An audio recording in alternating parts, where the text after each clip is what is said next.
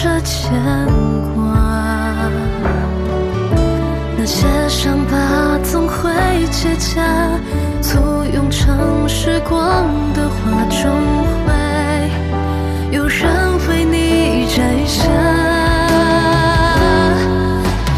Don't feel lonely, moving on， 和时光说说话，光轻轻落下，就等它回答。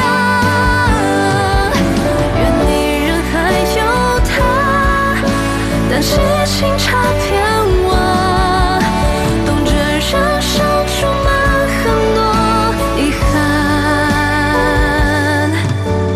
依然让爱震动下。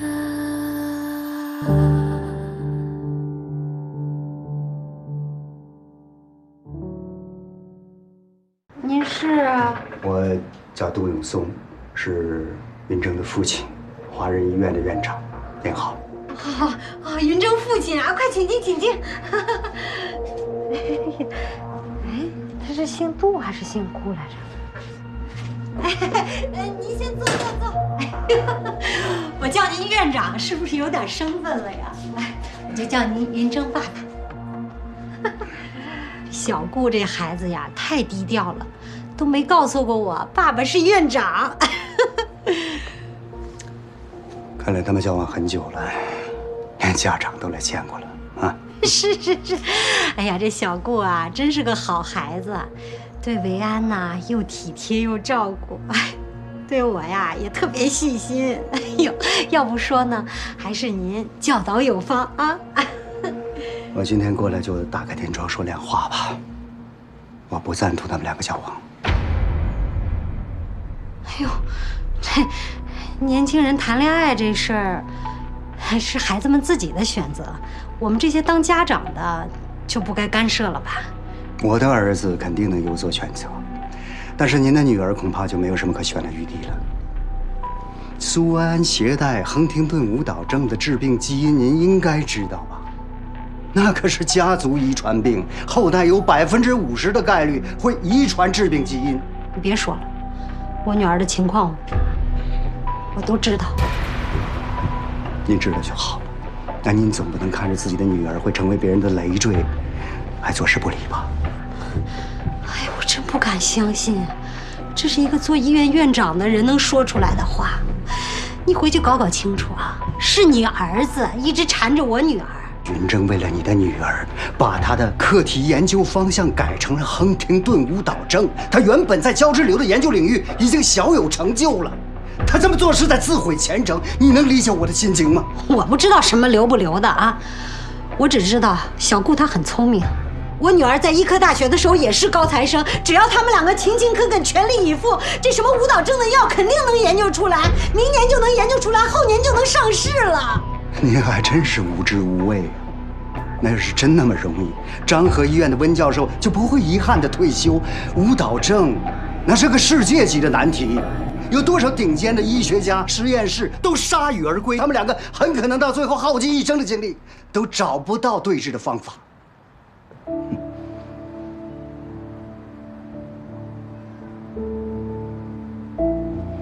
我不懂研究，可是我懂爱。我也知道要尊重孩子们自己的选择。倒是你呢？啊，我真好奇，你到底是姓杜啊，还是姓顾啊？小顾可从来没跟我提起过你，为什么呀？你们关系不怎么样吧？你到我家里说这些不着边际的话，云峥他知道吗？孩子们一时兴起做出一些冲动的事情，但是做父母的不能跟着一起犯糊涂。我今天来就是要表明我的态度，我绝对不允许他们两个交往。如果你还是个通情达理的母亲，我希望你能好好劝劝你的女儿，知难而退。你反对，要反对还轮不着你，要反对也是我反对。云峥他有你这样一位父亲，说不定啊还有心理阴影和心理疾病呢。要说不同意啊，应该我不同意才对。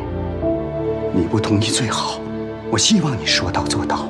哎呀，今天真是倒霉，家里怎么就进了这个不干不净的东西？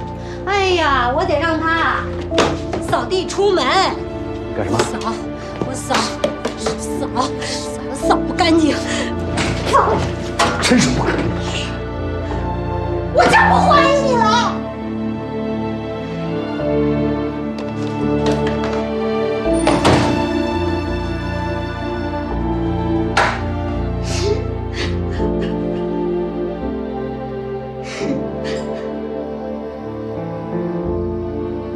我回来了，妈。怎么啦，兰姐？叫你也不理我。你跟小顾分手吧。你这变脸变得也太快了吧？早上还让我们停止冷战呢。怎么了？今天小顾他爸来了，说了一些不着调的话，我管他是什么医院院长呢，我就拿扫帚给他骂出去了。哪个医院的院长？你知道吗？华人医院的呀，叫什么永松。杜永松。啊，对。杜院长是他爸爸。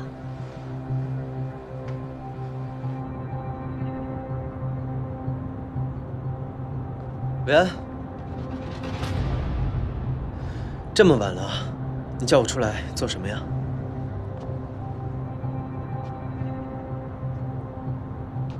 你为什么一直没有告诉我，杜院长是你爸爸？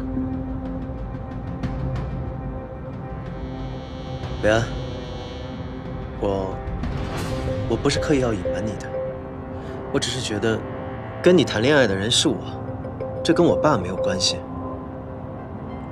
但是你爸爸现在找到了我们家，跟我妈说是我高攀了你。什么？他跑去你家做什么呀？杜永松，他只是我血缘意义上的父亲。我跟谁谈恋爱，他根本就管不着。那你告诉我，你为什么要瞒着我？改课题也是，你爸爸也是，全世界都知道的事情，只有我不知道。还是说，你会觉得我接受不了你的家庭？我不告诉你，是因为我觉得没有必要让你因为我们家的那些琐事而烦恼。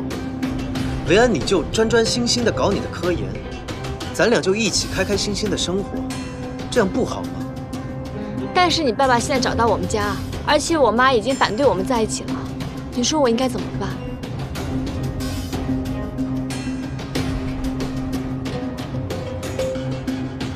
对不起，维安，是我不好。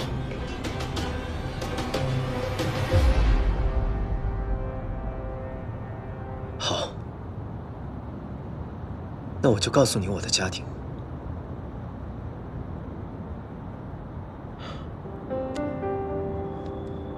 我8岁那年，我妈妈去世了，杜永松再婚。杜云成和他妈住到了我家来，我就搬出去和爷爷住在了一起。原来我以为我妈和我爸是因为感情不和，所以才离的婚。直到我发现了我妈遗物里那张照片。什么照片？照片里是杜永松、杜云成还有他妈。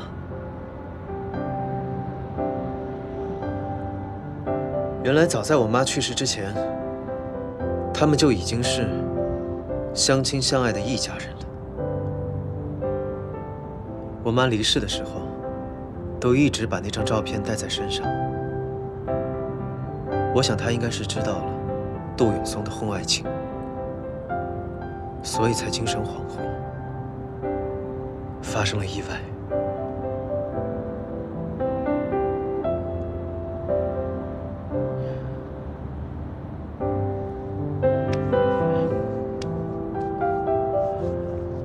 维安，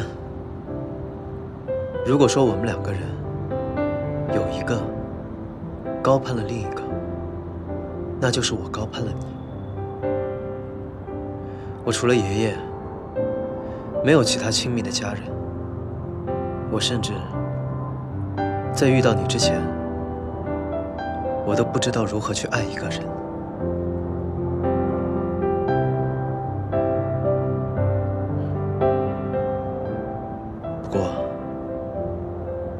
没有提前告诉你，是我不好。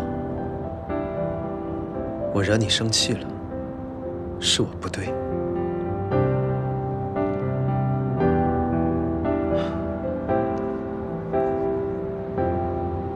可是苏维安，我既然认定了是你，就不会这么轻易的放弃。没有人可以改变我的心意。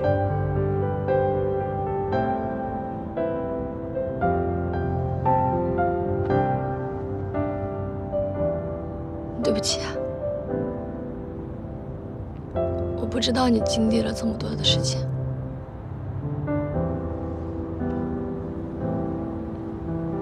你放心，你妈妈那边，我会想办法。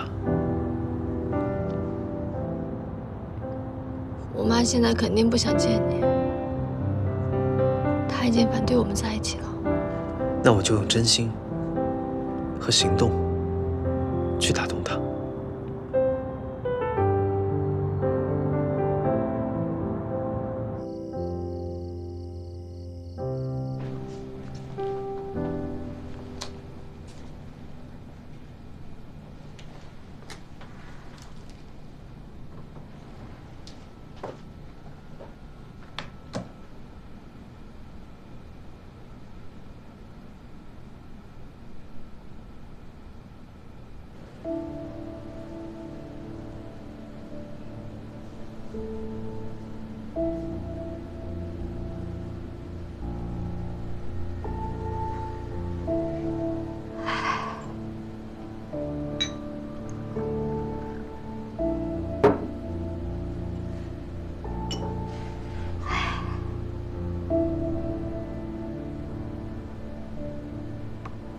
老苏啊，维安的事儿，他们以为我不知道，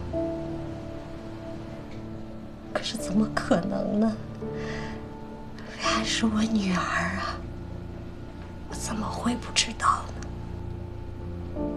那个时候，你刚走没多久，那天，维安问了一大堆问题。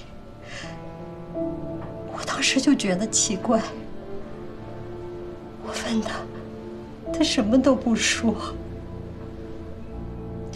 就是背地里啊，对着我某些小动作。啊，喝点橙汁儿。妈，今晚晚点走不敲门啊？我在我自己家敲什么门呢？我还要学习。先出去吧。好啊，别太晚啊。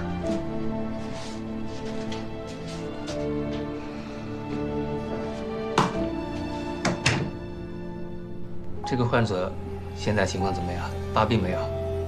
没有。那医生，这个病有药可治吗？目前全球范围内还无药可治。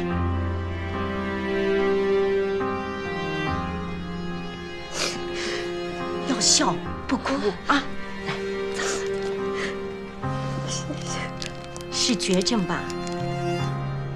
我那儿子呀，也是脑膜癌，晚期了。医生说也最多不过半年时间了。我们做家属的，一定要稳住情绪，绝不能倒在他们前面。心里再苦啊，也得要笑，笑不出来啊，就客气客气自己。哪怕是这心上啊，像插了把刀子，也不能让他们看出来。我们不单要笑，而且啊，要笑出声儿来。这样啊，他们才不会感到绝望等死。哪怕是有6分的高兴，也要表现出12分的开心，是吧？后来呀，阿元突然发病了，我当时整个人都傻了，我不知道怎么办。我给维安打电话，我让他回来。可是我打完电话，我就后悔。你说他回来干什么呀？眼睁睁的看自己将来会病成什么样子吗？都怪我。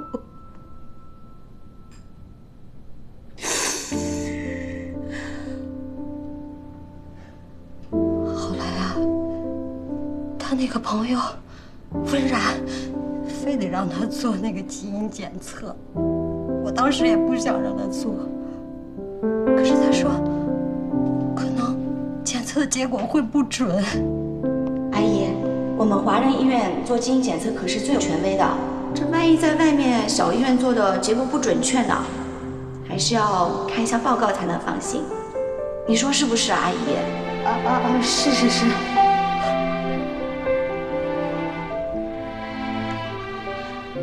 老苏，我多希望安第一次检测的结果是错的，再检一次，会有一个完全不一样的结果。可是老天爷呀，就是不能给我这个惊喜呀！我这么好的孩子。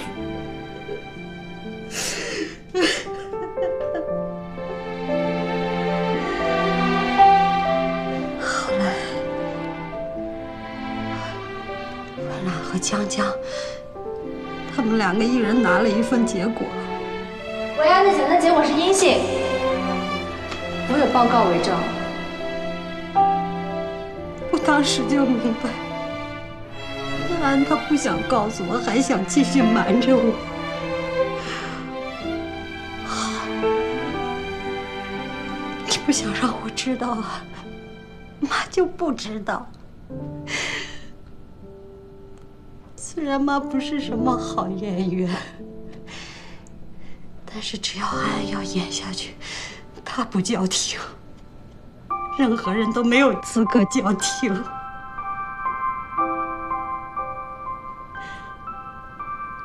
老苏啊，前2天那个杜永松到家里来了，他告诉我维安得舞蹈症的事儿，还说了一堆不着四六的话，把我气的呀！你说他为什么要拆穿这一切呀？我还能不能陪着维安接着演下去？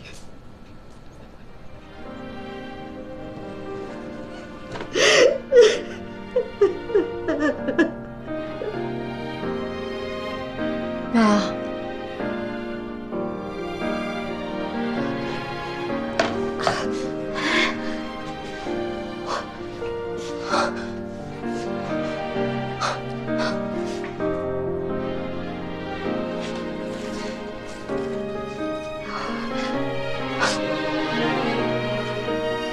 你早就知道了。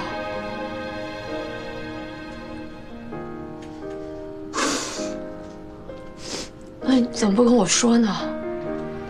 妈妈知道，你不想告诉我，是不想看到我这样以泪洗面。我不告诉你，我也不想让你知道，我不想咱们俩这样哭哭啼啼的。其实我们俩都想多了，你看我们不是挺好的吗？是吧？我们每天也没哭啊。你现在全力以赴在研究那个治舞蹈病的药，我呢，都成广场舞皇后了。我们是不是很棒？没有被这个病吓倒，对吧？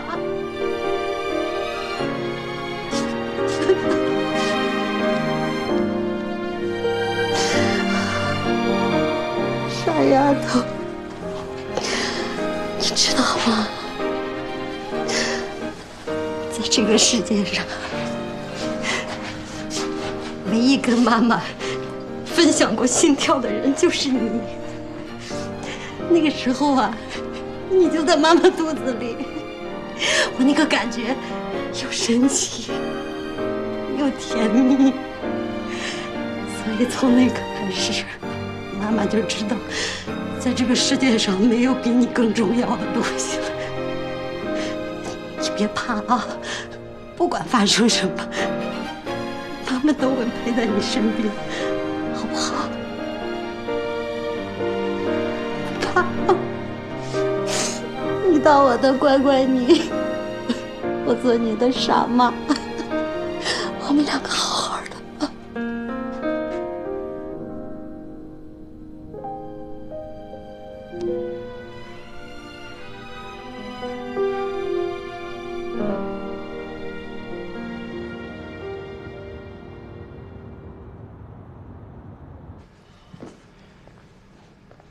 你为什么去找苏维安的妈妈？你为什么跟她说那些话？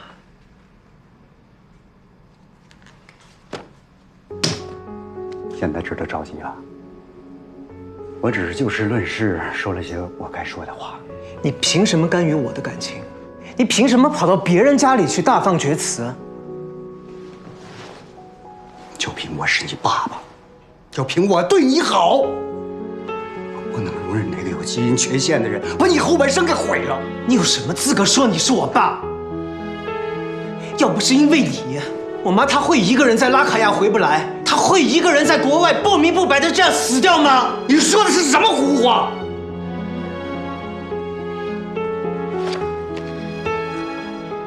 你自己好好看一看。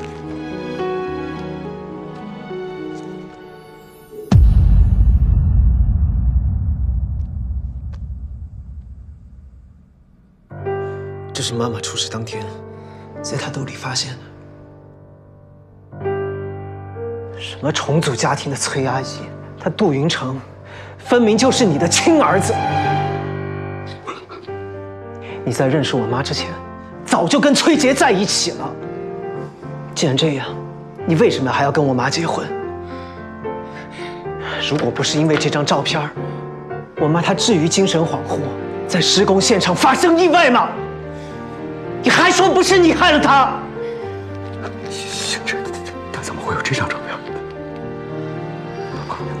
不是我，真的不是我。我妈去世的时候，连她的遗物都没有人去认领。她的同事不知道给家里打了多少个电话，都联系不上。可你怎么跟我说的？你说她在拉卡亚不要我了，她不爱我了。你怎么好意思啊？我童年受到的这些欺骗、这些伤害，你怎么弥补？你算得清吗？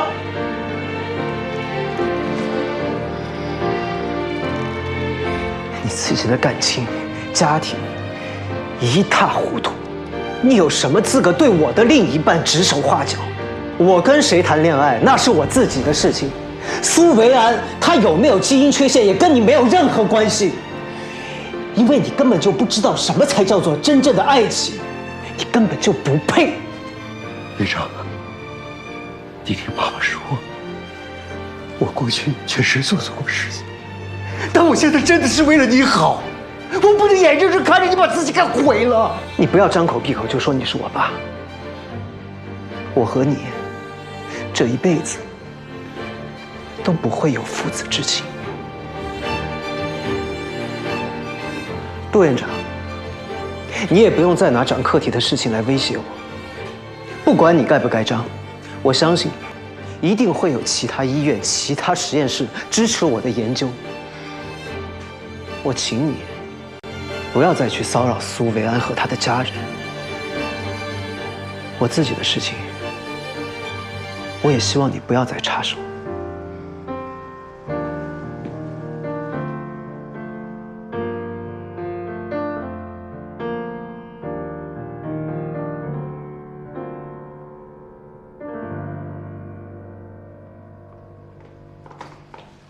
老杜，你吃饭了吗？我打包了西班牙海鲜饭，要不要我给你热一下？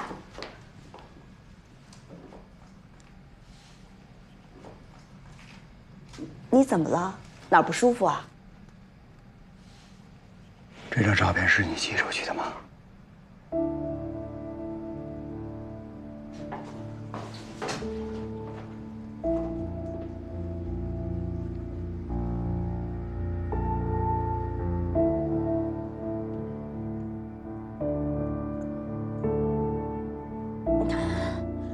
这不是咱们一家3口照的相片吗？你从哪儿把它找出来的？是你把照片寄给顾星辰的吗？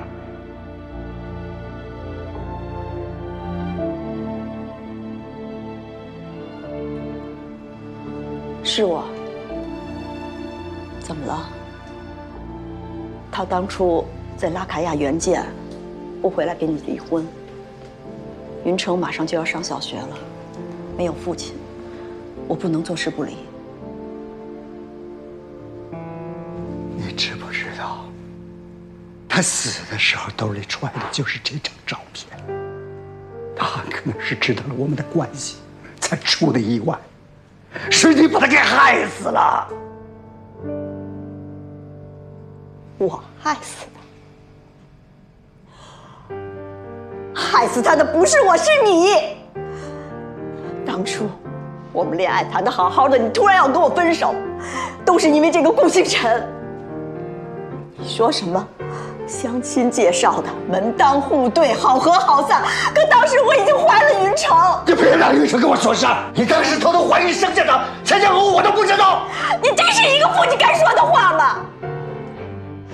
我不偷偷的把云城生下来，我能怎么办？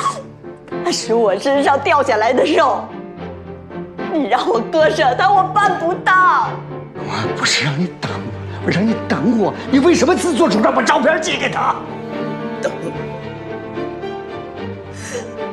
等了1年又1年，我一等就等了7年。顾星辰在外面援建，1年又1年，就是不回来和你离婚。你们的婚姻已经名存实亡了，他还霸占着你，霸占着这个家，可我的云城呢？我的云城就因为没有父亲，在学校受同学欺负，凭什么？他才是杜家的长子长孙。够了！我没有说。老爷子从来不拿正眼看云城，你以为他是因为我2婚带进来的孩子吗？云城的眉眼跟你长得一模一样，世人都说跟你长得像，老爷子他不傻也不瞎。你们瞧不上云城，就是因为我的出身不如顾星辰，我的学历不如他高，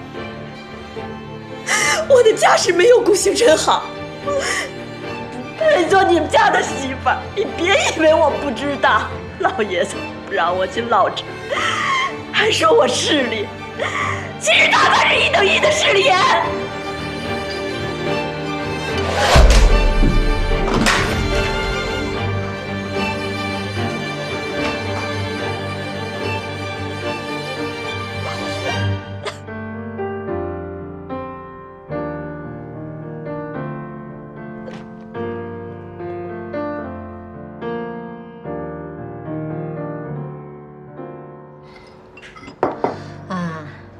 你爸走的时候把你交给我了，我不允许任何人欺负你、看不起你。我知道，小顾是个善良懂事的好孩子，可是他有那样的一个爸爸，你要是嫁过去，肯定得受苦的。妈，我现在还没有结婚打算。我不管你结不结婚，反正对方不能是顾云峥。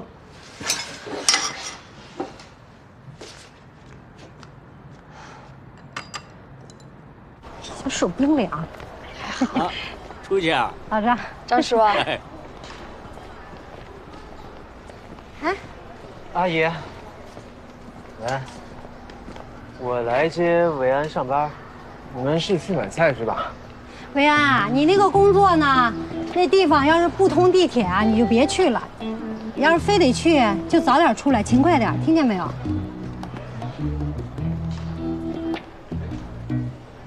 好，那我先去上班了。这物业怎么回事？什么人都往里放。不是阿姨。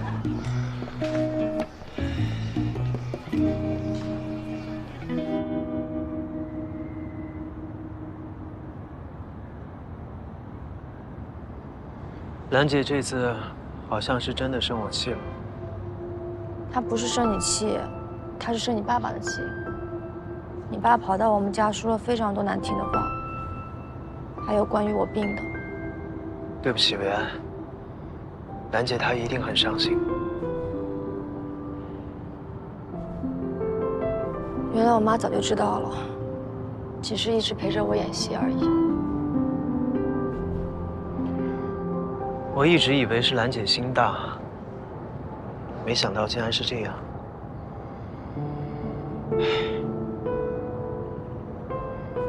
兰姐她真的很爱你，我一定会想办法去弥补。你最近还是少出现在我妈面前了，我估计她不会给你好脸色的。那不行，越是这样，我就越要在她面前刷刷存在感。我要用我的行动来证明，我会像她一样，珍视她的掌上明珠。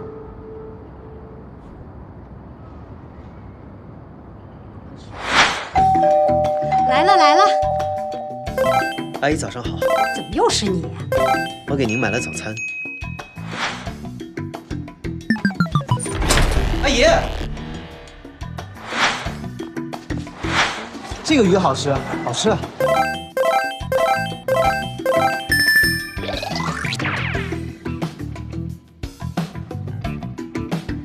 阿姨，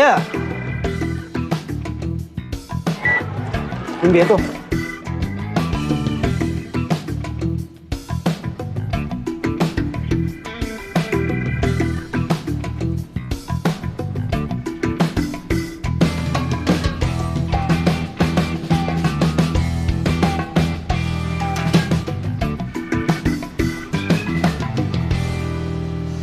阿姨，你别再跟着我了，我是不会同意你们俩的啊！你死心吧。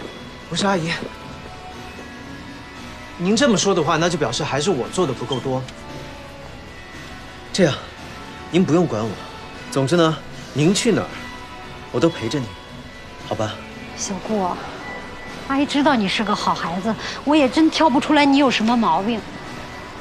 不是，你爸爸他是戴着有色眼镜看我们家维安的，你知不知道？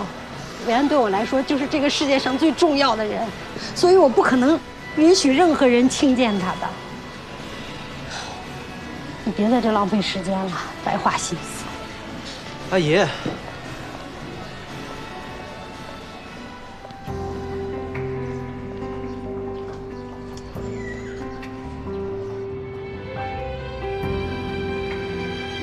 吴医生，闭门羹好吃吗？好吃好吃，这2天吃了不少呢。你不是一直惜时如金吗？怎么在兰姐身上花那么多时间啊？我得讨好丈母娘呀，这样才能有像你这么优秀的女朋友呀。生活中温柔体贴，还可以每天为我工作12个小时以上，我是不是赚了？老奸巨猾。什么？老？难道不是吗？你比我大6岁呢。你再说一遍。老奸巨。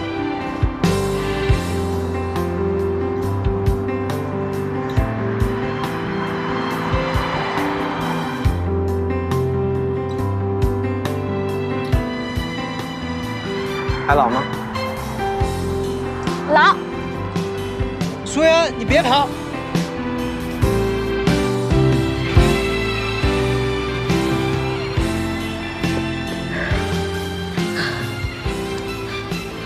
当你女朋友也太累了，上班脑力透支，下班体力透支。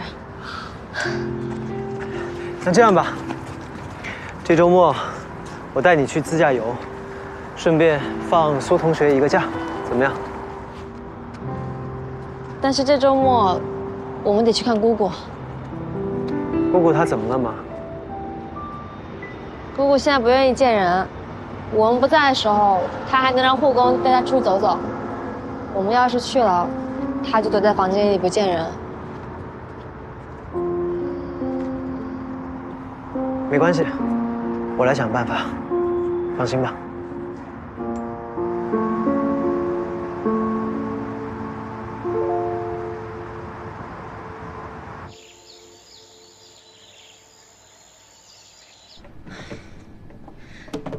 阿元，阿元，你开门，是我给你带了你最爱喝的醪糟汤圆，我加了好多桂花呢。你快开门尝一尝啊！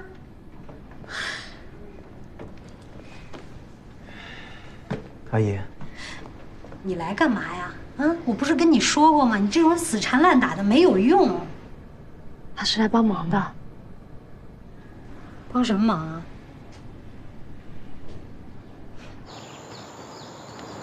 苏阿姨，你看，今天这天气还不错啊。咱楼上这小院啊，花都开了，带您过来看看。您啊，不能每天都待在房间里，得出来看看，晒晒太阳。你看，那边的花多漂亮啊！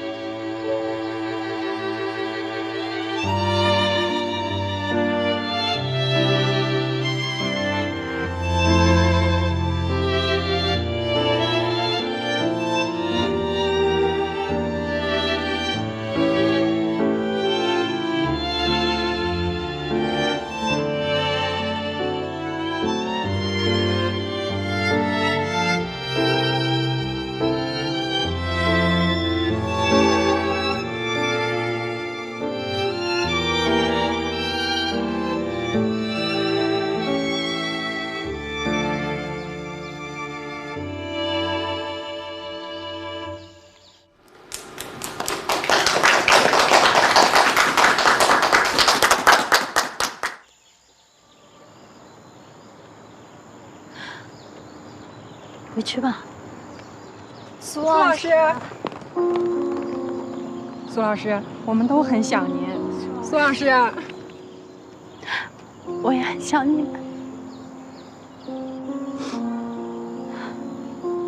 妈，是顾云峥联络了姑姑之前乐团的同事，希望他们来陪陪姑姑。小顾，你费心了。阿姨，以后您来探视姑姑，可以叫上我一起。有什么我可以帮忙的，您尽管吩咐。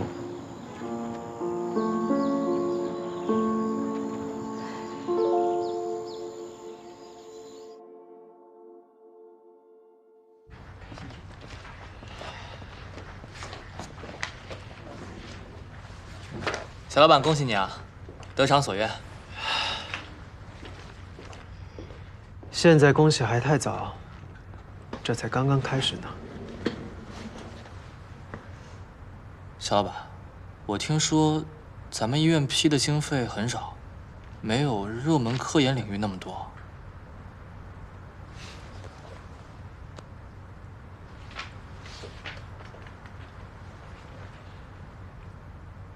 华西区罕见病科技公益计划 ，A 光科研基金。哦。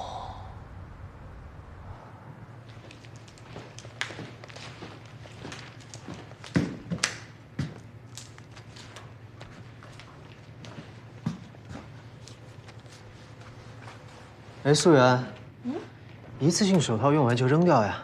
这手套消毒一次还能继续用呢。现在我们经费紧张，能省则省。不是吧？我们现在已经连一次性手套都用不起了吗？一看你就是没吃过苦的。以前研究胶质瘤的时候，大手大脚惯了吧？现在我们还没有申请到舞蹈镇的科研基金，用的可都是交滞留的老本呢。这种日子不知道要过多久。确实，以前做科研的时候，也没吃过什么苦。好了，现在不是你秀优越感的时候，以后我们都得节省一点了。那就先刷我的卡吧。自费搞科研呢？你难道不知道搞科研就跟变魔术一样，卡里有再多钱，也分分钟让你没掉吗？我知道，我是说，在我们申请到微光科研基金之前，刷我的卡。微光科研基金？微光科研基金是一个罕见病公益计划，创始人曹勇是一名渐冻症患者，也是一家世界500强企业的副总裁。自从他患病以来，他就致力于推动国内罕见病的研究。这个基金就是专门用于罕见病研究项目的。苏然，那这次就由你来负责微光科研基金申请的提报。我？虽然基金不是特别多，但是也足够让我们启动整个项目，不用太有压力。靠你了，维安。但是我……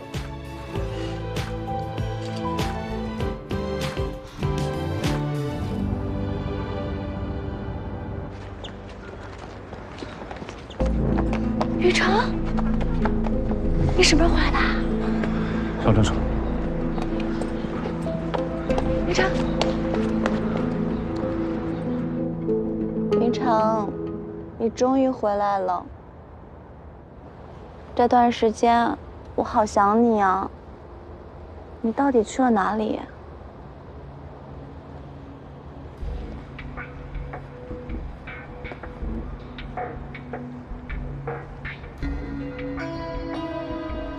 公司最近怎么样？你不在，劫回群龙无首，有几个董事把手里的股份转让给了迈腾，外面的新闻也传得沸沸扬扬。我一直在苦苦支撑着劫回。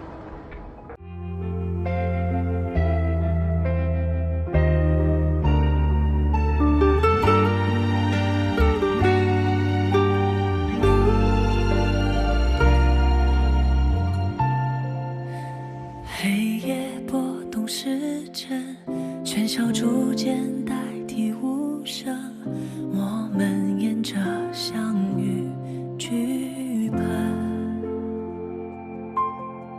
像前夜的彩虹，还有穿过沙漠的风，都曾经是我们的坚守。谁不是茫茫中迷途的人，找寻1/1000的可能，困在这因为命运的城，却依旧追逐着星辰。别担心我爱着的迷途的人，只陪着温暖孤独灵魂，让我拥抱你的裂痕，你如星灿烂闪烁在落寞时分。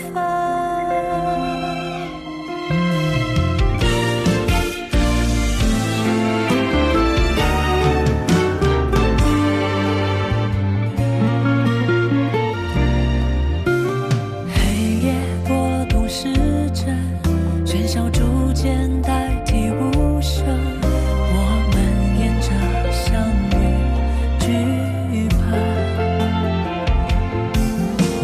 像前夜的彩虹，还